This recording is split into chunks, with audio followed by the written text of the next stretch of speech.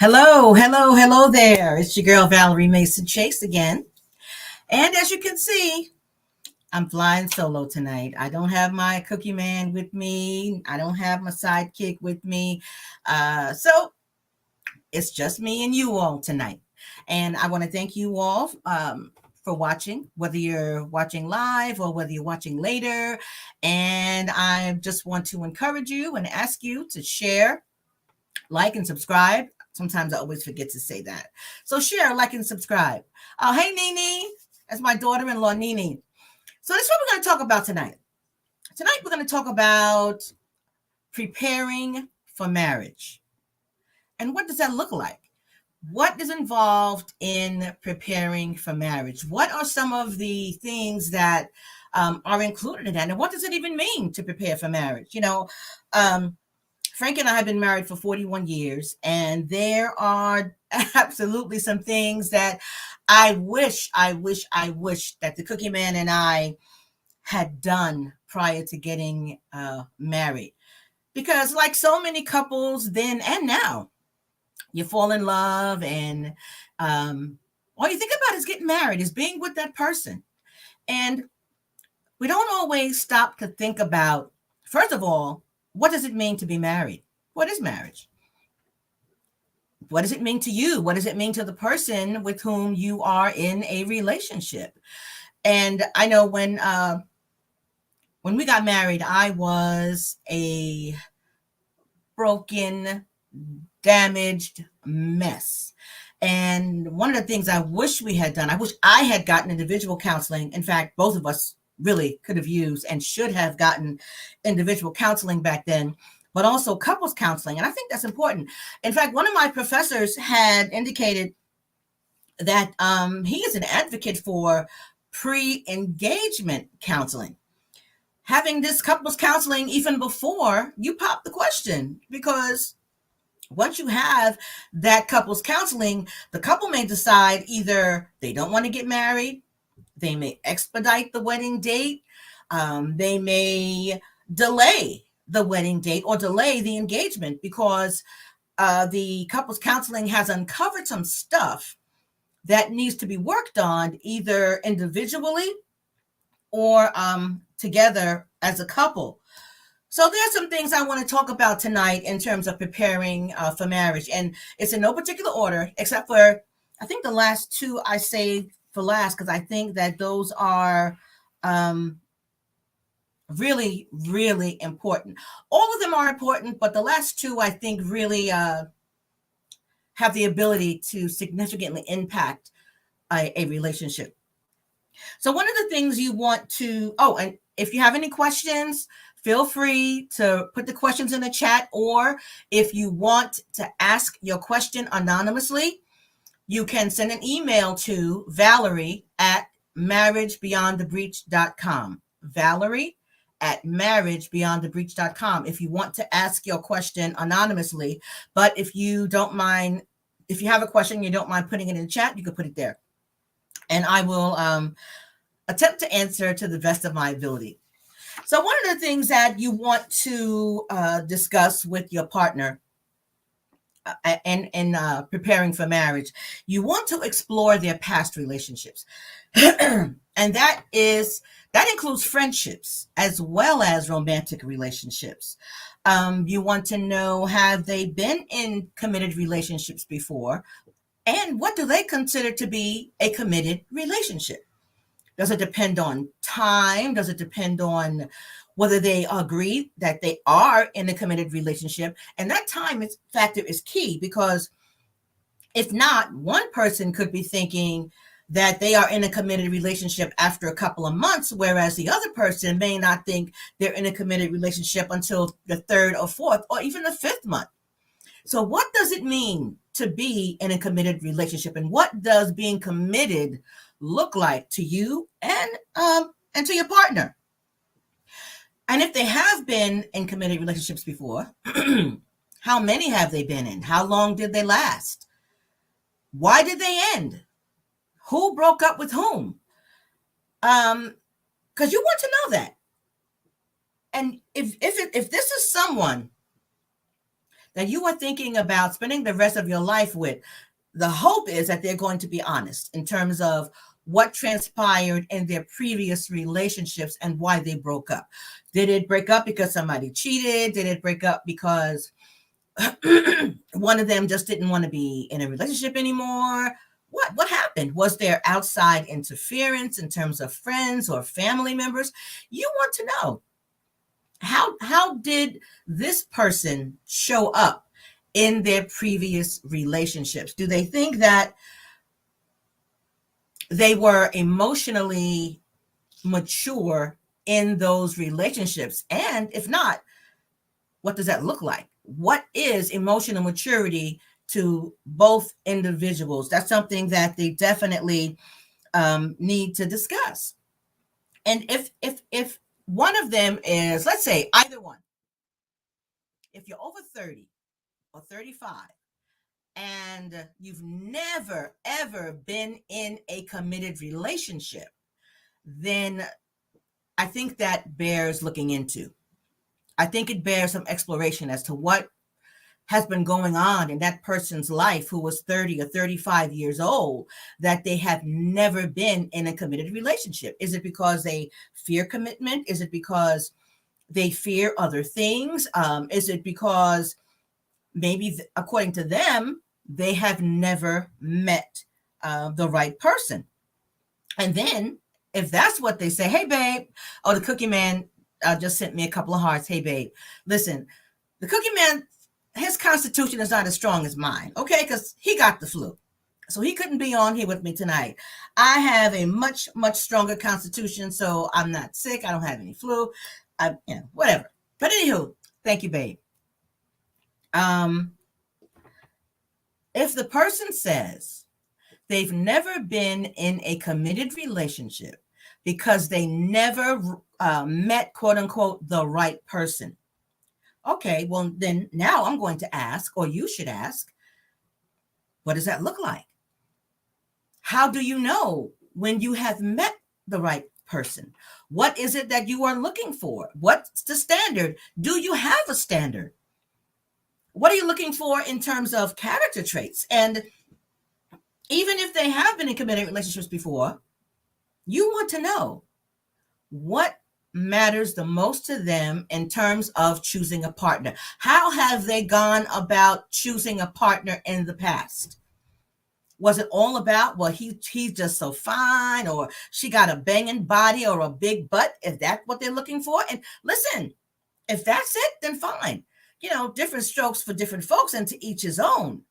But if you are an individual who values character, and the other person with whom you are in a relationship is just all about physical appearance, then those standards don't meet. They don't match up. Because let me tell you something. I don't care how good somebody looks or what kind of body they have. If you are going to be with that person for the rest of your life, trust and believe it's all going to change. Nobody looks exactly the same at 60 or 70 or 80 as they did when they were 25 or 30. Now, Lena Horne came very close to it. I mean, she was in her 70s and she was just still fine as wine. But for the majority of us, for the average individual, 45, 50, especially for a woman, if you've had children and you've given birth, your body's going to change. And even for a man, his body's going to change. His facial features are going to change. The hair was probably going to change. So what are they looking for in a mate? What matters to them most? Is it kindness? Is it respect? Is it generosity? What is it? Is it thoughtfulness? Is it attentiveness? What are they looking for? What do they expect the relationship, the marriage to look like if you do, in fact, decide to get married? And have they only had what's known as situationships, where they have never fully committed to anyone? What's up with that? Explore that. If that is the case, why has that been? And hopefully, prayerfully, the person will be completely honest with you, um, as you and he, or you and she, explore these things. Um, has the person have they ever been in love? And if so, how did they know that they were in love? How do you tell? I think that if you were to ask the average person, how do you know, or how did you know that you were in love with your partner? They're going to start talking about feelings. Well, I felt that. And oh, I just knew it was just a feeling that I had. Well, what is it? How do you know when you are in love with someone as opposed to just loving someone? Does it matter to you? Does it matter to your partner? The difference between loving and being in love. Because maybe one partner says, yeah, well, I love my partner, but I'm not in love with my partner. If you are the partner, does that matter to you? Are you okay with moving forward in a relationship and being engaged or married to someone if they say, well, I'm not in love with you yet, but I do love you? And perhaps the loving feelings or the love that we have for each other could grow over time. Are you okay with that? Are you waiting for the other person to say, I love you? Does it matter? Does it matter who says, I love you first, if in fact there is love in the relationship? And how do you define love? What does love look like to you? Because from my perspective, love isn't what you feel, love is what you do. Just think of all the times you've heard someone say, wow, I really love him, or I really love her. But they mistreat the other person, they disrespect the other person, they are unkind, they are not generous with their time or affection. But yet they say they love their partner. So, what does love look like to you? What does love look like to the person with whom you are in a relationship? Does it matter? Does it matter if love looks differently to you than it does to your partner? And for anyone who's just joining tonight, we're talking about preparing for marriage. What does it look like? How do you define love? How do you describe love? And how does your partner describe or define love? But those are things you need to explore. Also, you want to explore their past friendships. Are they a loyal friend? Do they have friends? Do they call everybody their friend? Hey, baby. Do they call everybody their friend? Or do they have categories of friends? Friends that they're very, very close to, then others that are more like acquaintances, and others that are perhaps even further removed than that. And if so, if they have friends that they describe as being very close to them, how, if at all, do they nurture those relationships? How much time do they spend? And it doesn't necessarily have to be in person, because I have a good friend that I went to college with, and I graduated back in 1978 from North Carolina A&T State University. Go Aggies. Wanda and I met in our freshman year, 1974, and we are still friends to this day. We don't talk all the time, and we only see each other. It may be 4 or 5 years that go by before we. Thanks, baby cakes. The Cookie Man wrote, I've been in love with you after all these years. Still gets me excited when I'm coming home. Oh, thank you, babe. But Wanda and I have been friends since 1974, and we are still friends. We don't talk all the time. We don't see each other very often. But I still consider her one of my closest friends, because we do still nurture that relationship. There's distance because she lives down in North Carolina and I live in Pennsylvania, but we do still nurture the relationship. She is still my friend, and she still considers me to be her friend. So how does your partner navigate their friendships? If everybody they know is their friend, then how do they define a friend? What's a friend to them? Because when you get married, all things being equal, your partner, your spouse, your significant other should be your closest friend. Your best friend should be your partner. So how does he or she define friendships? Do they have long-standing friendships? Or are all of their friends people that they just know from work or that they've met only in the last couple of years? And if that's the case, why is that? Maybe they've moved a lot. And there was not an opportunity to have friends for 20 or 30 or 40 years or whatever, or if they're younger, 10 or 15 years. But you want to explore all of those relationships, the romantic relationships, as well as the friendships. What has all of that looked like in their life? And you share what it has looked like in your life as well. Now, of course, I recommend unpacking some of this stuff and unpacking all of it really with the counselor.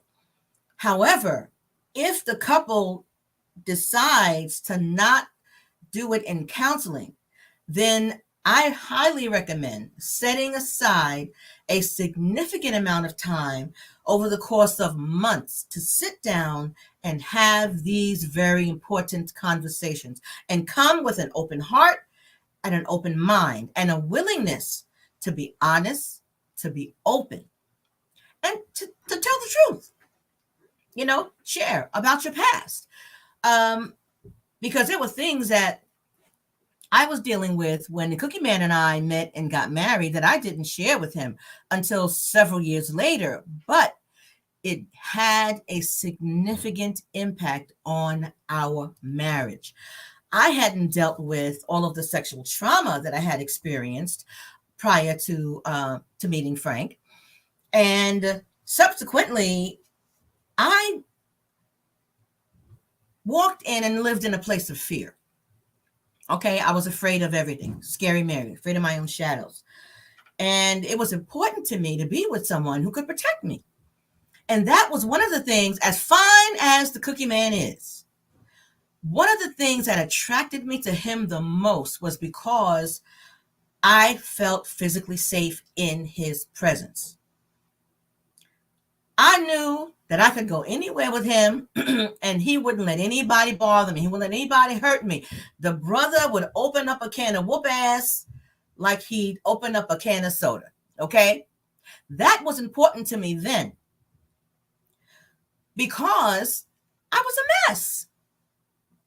I didn't think about having my heart protected. I didn't think about the importance of emotional connection. I was looking for physical safety. And that's why that's one of the things that attracted me to him the most. So you have to have these conversations and be honest about what has been going on. Now, if you need to unpack that with the counselor in individual sessions before you converse with your partner, then absolutely do so. But you don't want to have things that are covered up. You don't want to go into a marriage hiding yourself, essentially, and not being completely open about what you have experienced in your past. Because let me tell you something, those things that we try to hide, those things that we try to cover up, they always have a way of coming to the surface. And you want it to come out in a healthy way. You don't want it to come out in an unhealthy way. And that's exactly what will happen if you don't deal with some of this stuff ahead of time. So all of those things you want to explore and talk about with your partner, or in premarital counseling or pre-engagement counseling with your partner. Something else you want to discuss with your partner. And again, This is in no particular order, and this is not an exhaustive, it's not meant to be an exhaustive list. I just wanted to cover as many things as I possibly could. You want to talk about children. First of all, do either one of you have children from previous relationships? You have got to talk about that and what that's going to look like when you get married. Because what you don't want is baby mama drama or baby daddy drama. Okay? So you've got, if you have children from previous relationships, you have got to talk about it. What is that going to look like in terms of the children visiting your home, paying child support, and covering items from a financial perspective above and beyond child support? Listen, if you are getting married to someone who has children from other relationships and he or she hardly ever sees those children, don't pay a dime towards child support, how can you consider that individual to be a suitable partner? If he or she neglects their very own children emotionally as well as financially, you want to look at that. Now, I know that there are some people out there who don't want their partner to have anything to, to do with children outside of their relationship, or to pay money outside of their relationship. Listen, I definitely felt that way. Because I had purposed in my heart that I was not ever going to marry a man who already had children. Because I didn't want to deal with none of that. I didn't want to deal with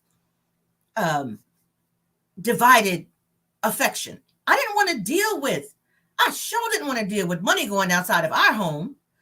So I had decided a long time ago, even during the time I was dating, I was not going to marry a man who already had children. I didn't want to deal with it. So if you don't want to deal with that,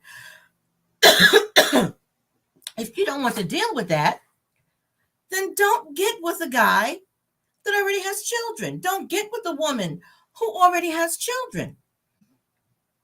If a woman already has one or two or three children, but you already know you don't want to marry a woman who already has children, leave her alone. Because if that's the case, then essentially she's just a placeholder. She's a seat filler until the person comes along who you deem worthy enough or who meets your standard enough to, as the young folks say, wife them up. I think that's what the young folks say now. Did I get it right, Nene? So if you don't want to deal with that, don't pursue that. It's not fair. It's not fair to the other person to pursue a relationship with them, knowing full and well this is not what you want. Because what you do is you run the risk of that individual having feelings for you. And then it hurts when you decide, no, I'm not going to marry you. I'm not going to propose to you. I'm going to move on because I didn't want anybody who had kids. If that's not what you want, leave them alone and only date someone who does not already have children. That's why, thank you, Nene. That's why you've got to be very, very clear in what you want in a partner.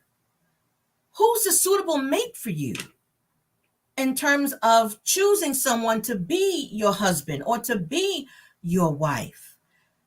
Know what you want. Be honest with yourself about what you want. Because you may tell yourself, yeah, it's all right. I don't mind being with someone who already has children.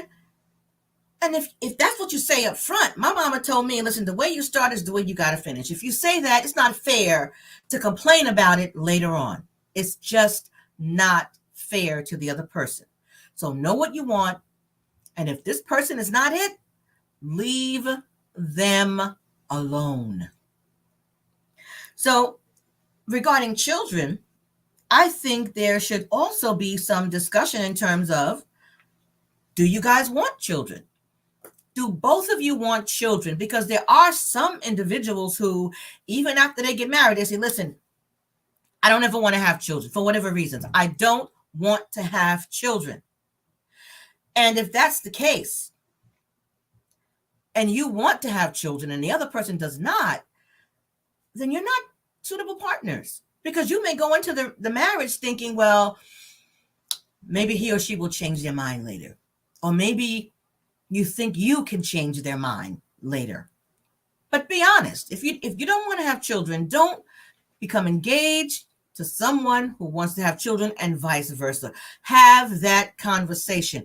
And if you both agree that you want to have children, how many do you want? Do you want 2 and the other person wants 5 or 6? That person wants 1 and you want to have 6 or 7?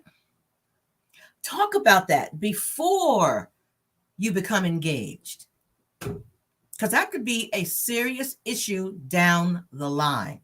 Talk about it. Talk about it. Talk about it. There are so many things. In fact, almost everything could be solved or worked out if you just have a conversation about it. And again, anyone who, if you have a question, you can write it in the chat. If you want to ask anonymously, you could do it at Valerie@marriagebeyondthebreach.com. That's only if you're writing live. Actually, if you see it later, you can send your question to Valerie@marriagebeyondthebreach.com and I'll get back to you. Okay, it doesn't have to be live. It could be later. So another big thing you want to make sure you talk about when you are preparing for marriage, before you get engaged or after you get engaged, but definitely before you get married. You want to talk about finances. Okay, what does that include? What is each person bringing to the table financially? If you are considering marrying someone, but you don't want them to know your salary, you ain't ready to get married. You're just not. Your spouse needs to know how much money you make, how much you're going to bring to the table. You can't plan a financial future without knowing what each one brings to the table financially. So you need to know what do they bring financially in terms of a salary, in terms of savings. If they are older, have they already started saving for retirement? Do they have a 401k, or do they have a retirement savings plan through their job? Do they have life insurance? If so, how much and who's the beneficiary? Because when you get married, you either need to change the beneficiary or get an additional life insurance policy where your spouse is your beneficiary. Other financial things you need to talk about, and this is going to be a sore topic, is that's that credit score. That credit score is very, very important, because there's a whole lot you can't do if you have a poor credit score. You might be able to do it, but you're going to pay through the nose with an interest rate. So you want to know, do they have a, I don't know, what's the lowest credit score, 350 or 400? Do they have a 400 credit score, or do they have a 750 or 800 credit score? What do they have? And if they have a very, very low credit score, let's talk about why that is. Hey, Vanessa. Hey, Eric. You want to talk about that? What is that credit score? Why is that credit score so low? But if they have a great credit score and you got a low credit score, then you got to fess up and be honest about that. You got to be honest about that.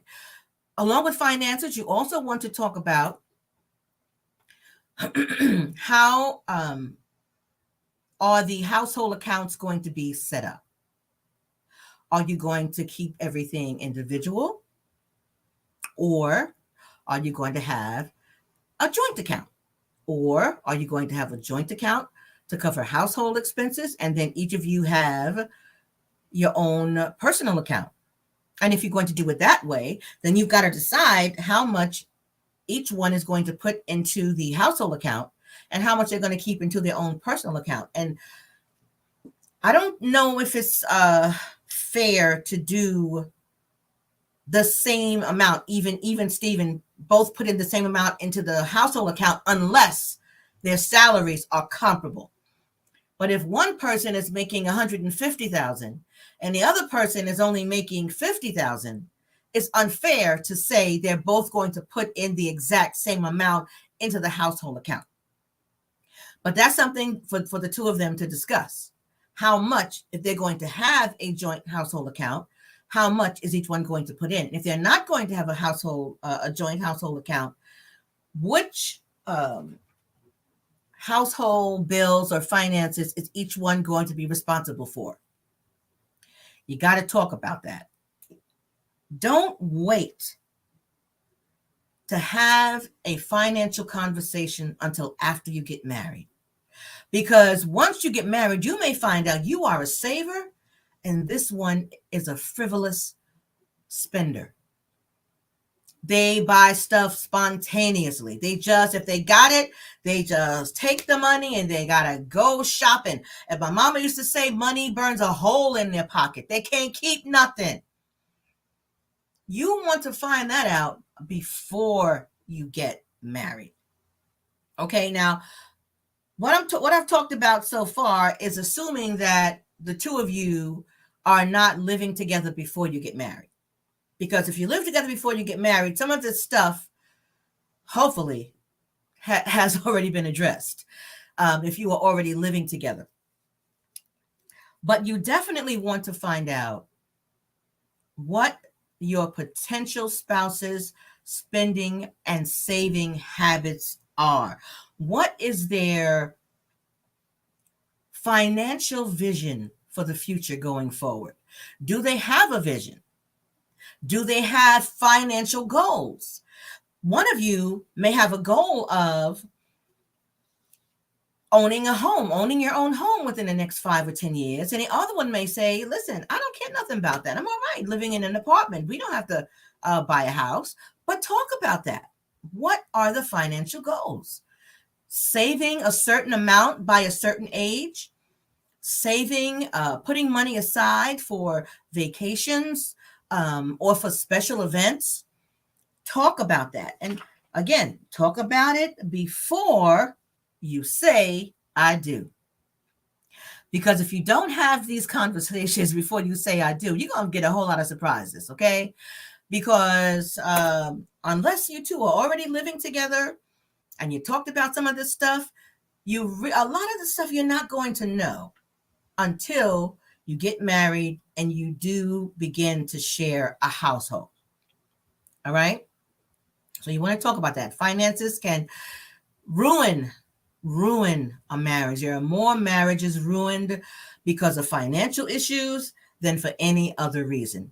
Again, got a question? Put it in the chat or email Valerie@marriagebeyondthebreach.com and I'll attempt to answer any question that you may have. Something else you want to talk about as you prepare for marriage is where you're going to live. If you're not living together and each of you has your own place, whose place are you going to move into, or are you going to get a new place that belongs to the both of you? If you live in different states or different cities, who's moving? And how are you going to prepare for that move? What's the potential of the one who is going to move? What is the potential of them finding a job in their line of work that could give them a salary comparable to what they're making? That's if they're going to, I'm giving myself a note here, something else I want to say. If both people are going to work, that's something else to talk about.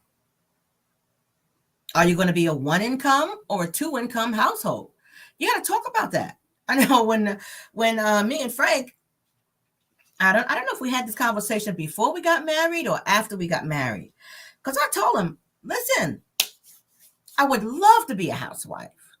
Love it. I would love for you to have a warm, home-cooked meal every single day.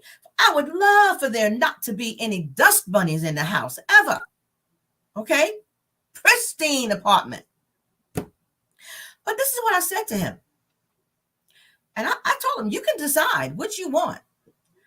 You can have a wife who stays at home and who will make sure you have a warm home cooked meal to come home to every single day, or you can have a wife who helps to financially support the home.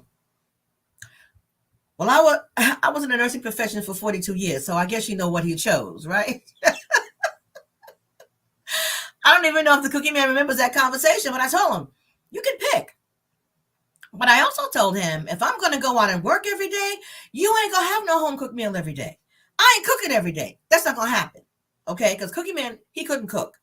If he could cook, then that's a responsibility that we could have shared. And I'm going to talk about roles and responsibilities in a few minutes. But I let him know up front, if you are expecting a home cooked meal every single day, and I mean a fresh meal, not leftovers, then I'm not going to be working, because what I'm not going to do is work my behind off for a 12-hour shift, then come home and try to cook. That's not going to happen. So have that conversation. Are you going to be a one income household or a two income household? And some families, the man is a stay-at-home dad. The couple can decide that. Whatever works for you and your partner, that the two of you can agree upon. Whatever you decide, whatever works for you. Once you have children, and if the wife has a higher income and the man wants to be, and if the couple agrees that the husband is going to be a stay-at-home dad and that works for them, beautiful. That's beautiful. And as long as it works for you, don't pay any attention to what people on the outside say. Listen, people always got something to say. It's another saying my mama had, to tell people, listen, you run your mouth, I'm going to run my business. Okay? Don't pay attention to what others say. Once you and your partner have made an agreement in terms of what goes on inside of your household and what that is going to look like. So you have to talk about that also. One income household or two income household. When you have children, what about childcare?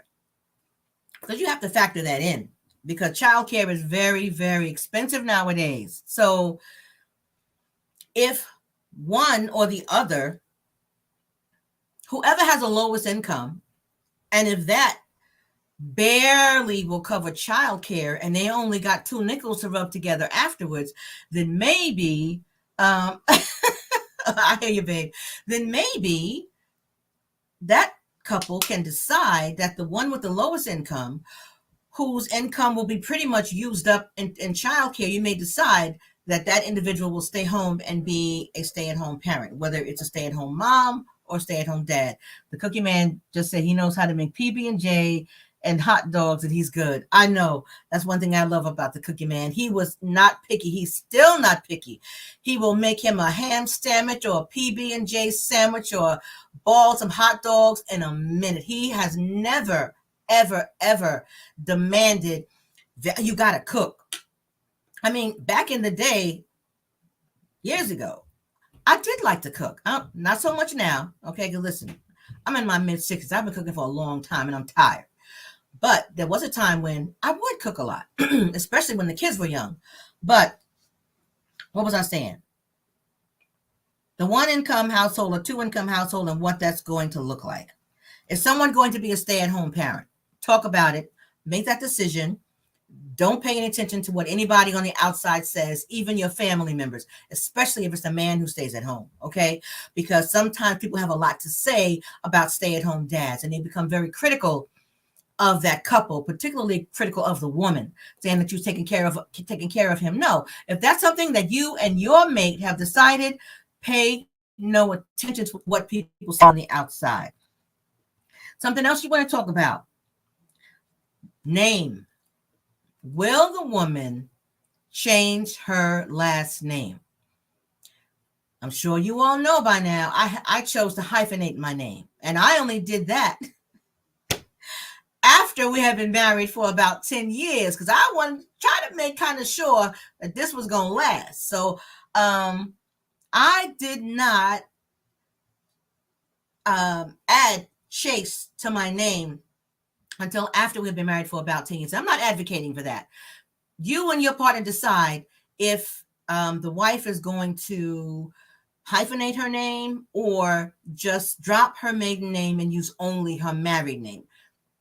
And some women feel very strongly about that. I felt very strongly about that when I got married, because saying that my last name is Mason Chase, to me, fully defines who I am. I'm not just Mason anymore because I got married. And I'm not just Chase either, because I was Valerie Mason before I married the Cookie Man. So talk about that. Are you going to change your last name? Nene said, "Oh, my son Hammy is the same way when it comes to cooking." I know, babe.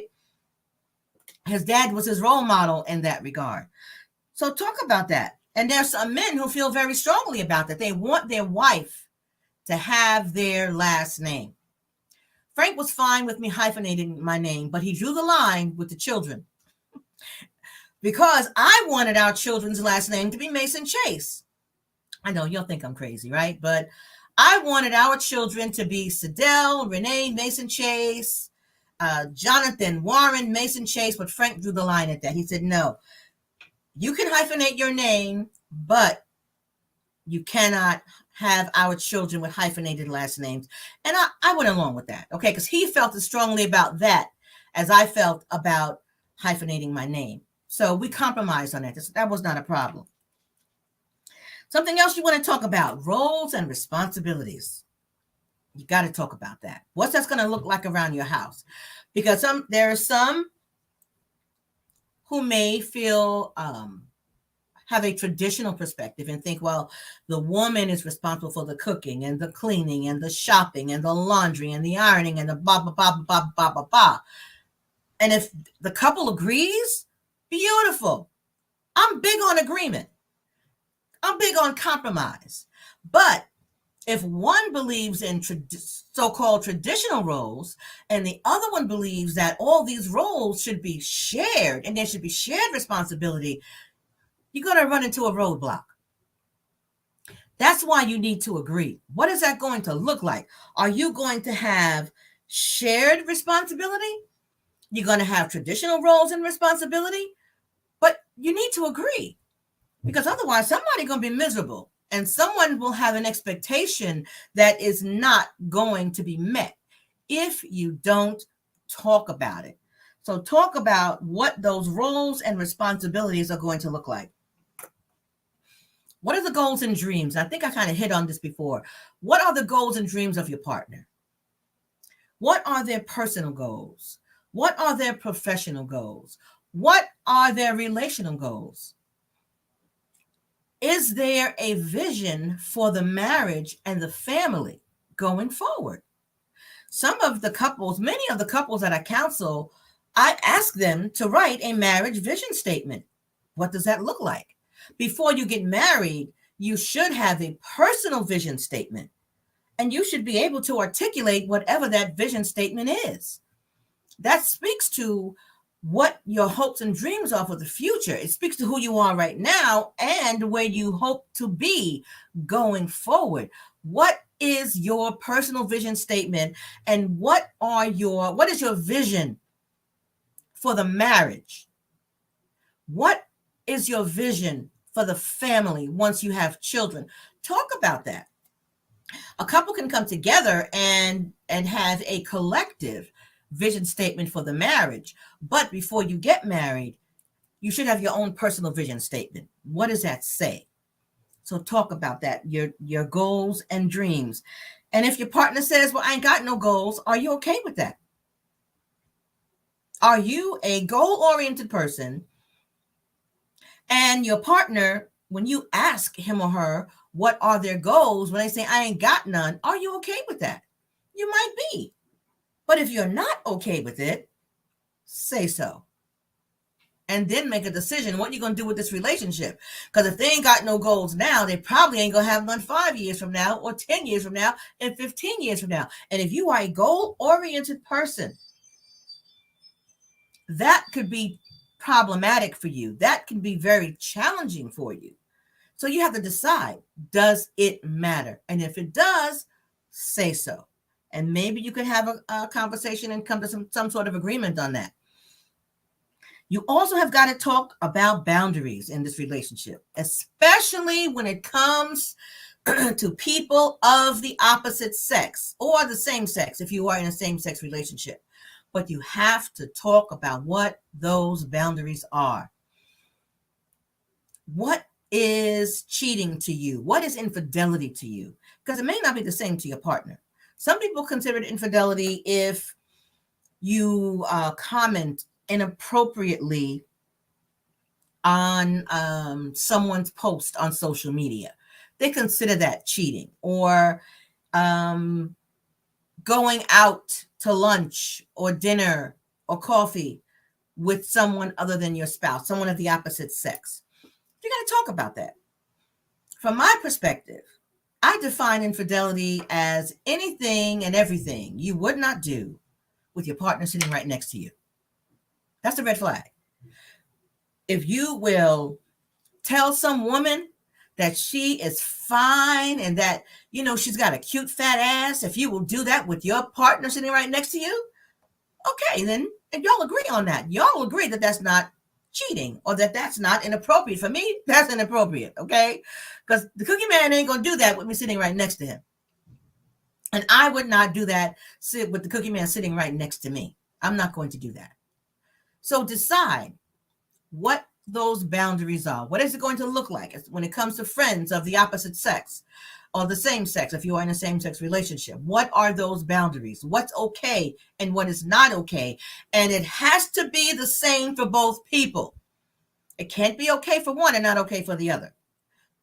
Eliminate those double standards. It's got to be the same for both people.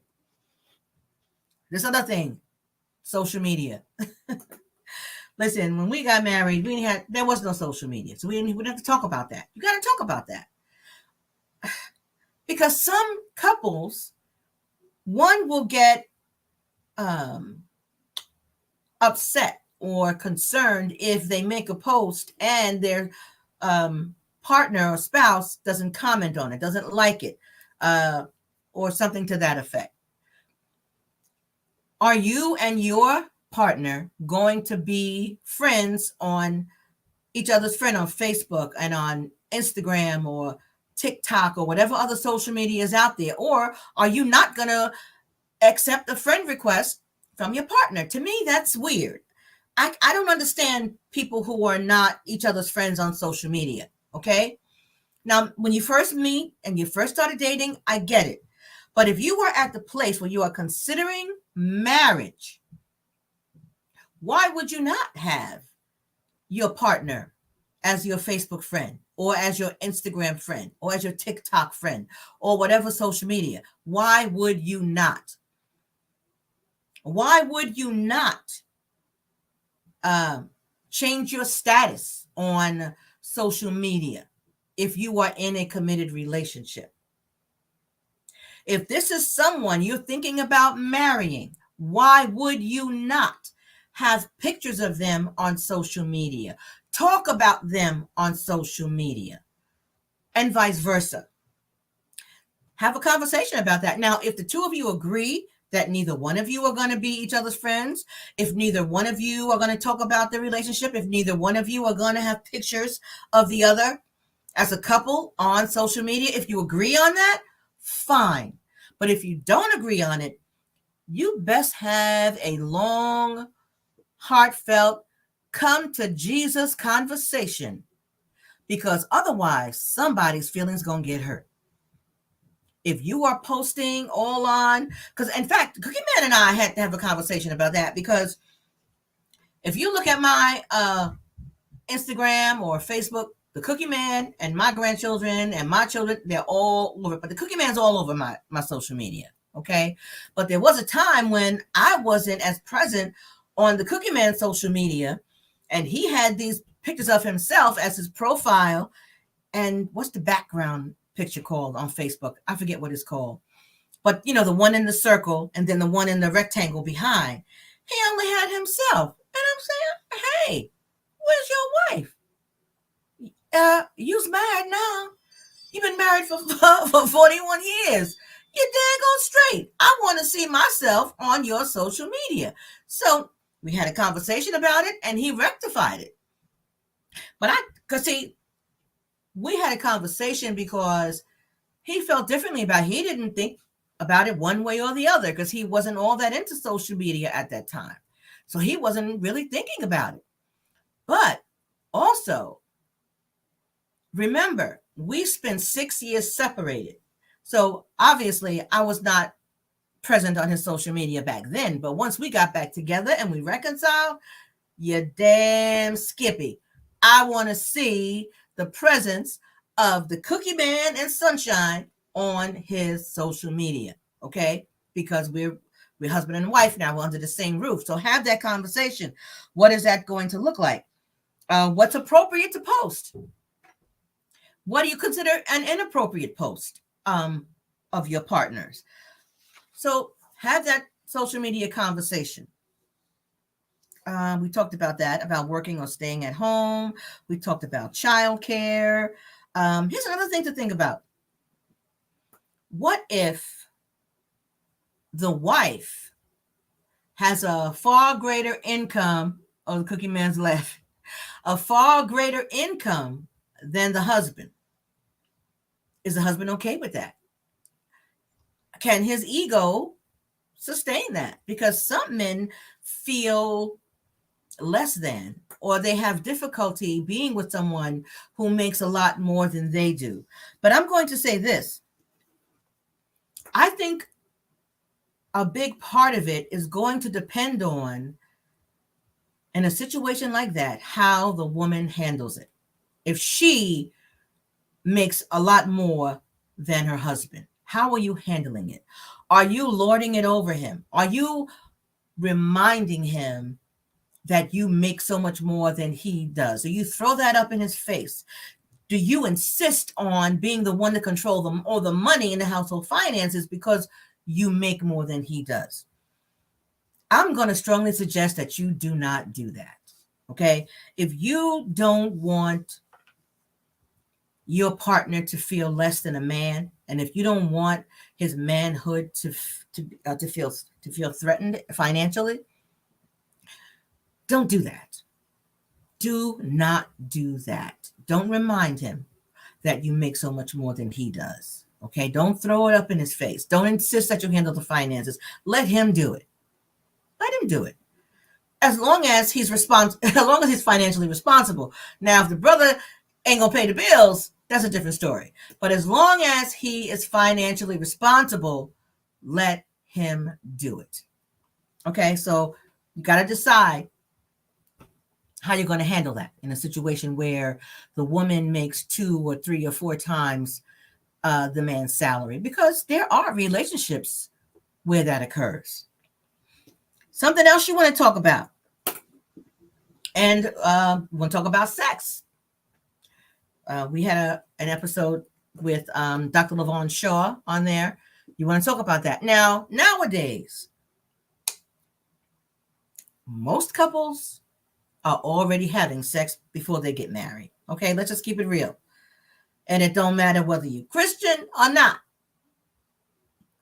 Most couples nowadays are having sexual intercourse before they get married. Now, there are some unicorns out there that save themselves for marriage. They're either straight up virgins, or they are born again virgins. And a born again virgin is someone who at one point has been sexually active, but he or she has made a decision for purity until such time as they get married. Okay. But either way, there needs to be conversations about sexual intimacies. What is that going to look like? Even if you guys are already having sex, do you have the same expectations after you get married? Because you don't want that to change. So you want to have those conversations. Either way, you need to talk about sexual intimacy between the two of you and what that's going to look like. Now, these last two I say for last because I think they're very, very, very important, and a lot of couples don't necessarily have these conversations. One is family of origin. What does your potential spouse's family of origin look like? What kind of family they come from? What kind of household did they grow up in? Was it a two-parent household? Was it a single-parent household? Was there chaos in the house? Was there abuse in the house? Was there physical abuse? Was there sexual abuse?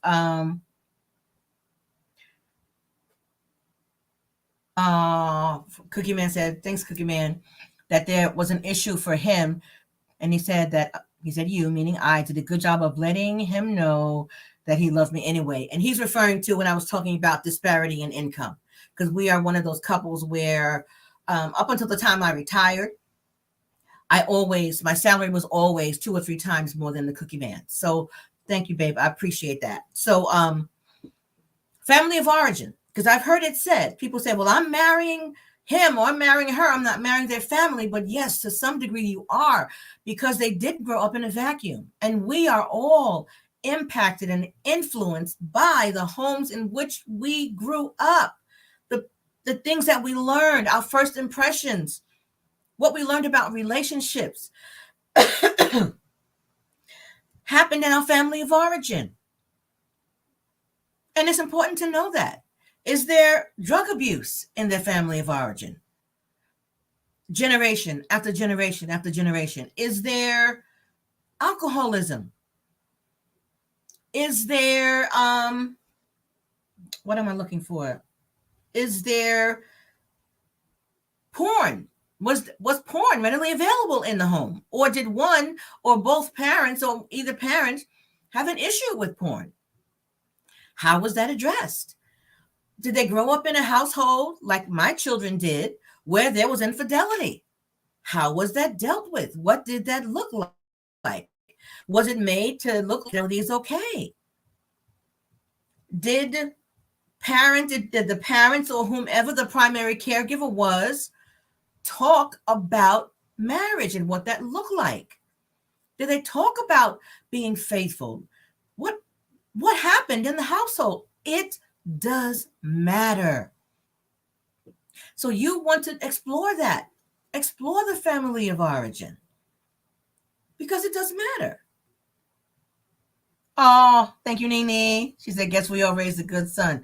Nene is my daughter-in-law. She's with my oldest son, Hammy. So the last thing I have on the list to talk about, and that is your faith tradition. You must talk about that before you get married. You must talk about that. And because you can have different faiths. One might be a Christian, the other one might be a Hindu, one could be a Muslim, some may practice Judaism, but whatever, what's that going to look like in your household, especially when you have children? See, it's one thing to say it doesn't matter before you have children, but once you have children, it's going to matter, especially if one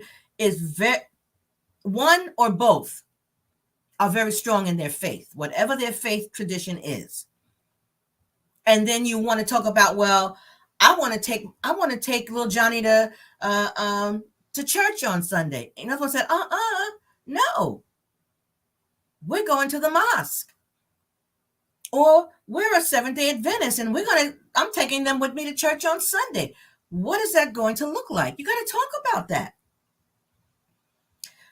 And even if you both have the same faith tradition, if you're both Christians, the Bible talks about not being unequally yoked, but even two born-again believers can be unequally yoked in the sense that one has a much, much stronger faith than the other. The one is more involved than the other.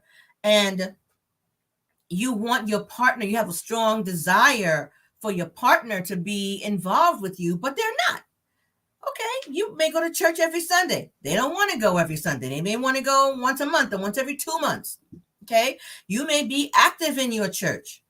They don't want to be. First of all, it can't be if they're only going once or twice a year. What's that going to look like? Talk about it.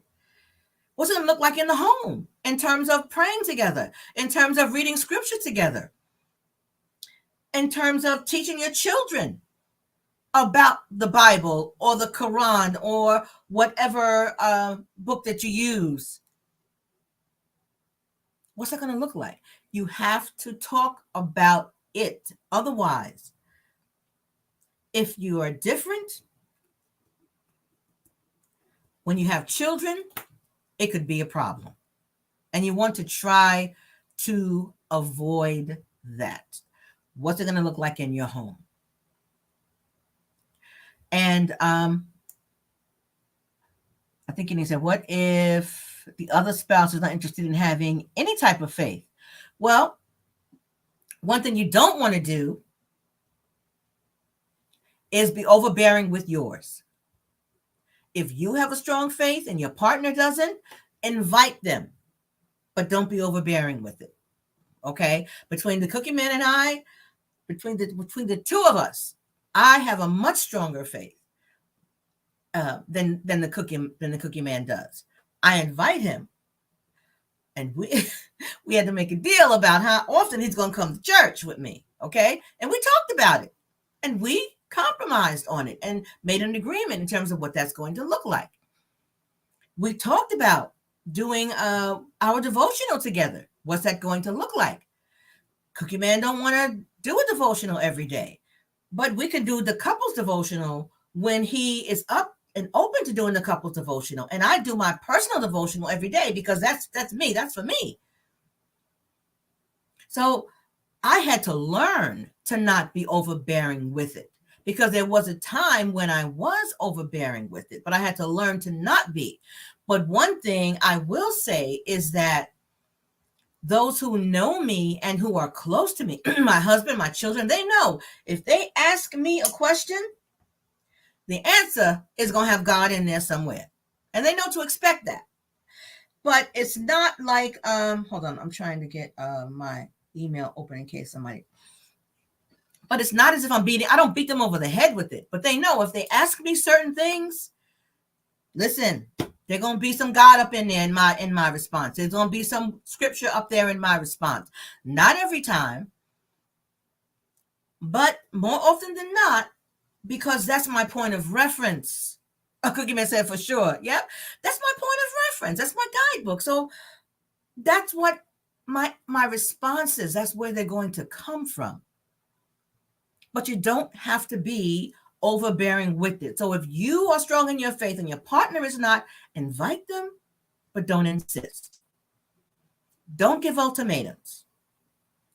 Try to include them on the level on which they are comfortable. If they don't want to sit around and do Bible study together, then don't do Bible study together. Maybe you could have a couples devotional that they might agree to doing it once a week or once every couple of weeks.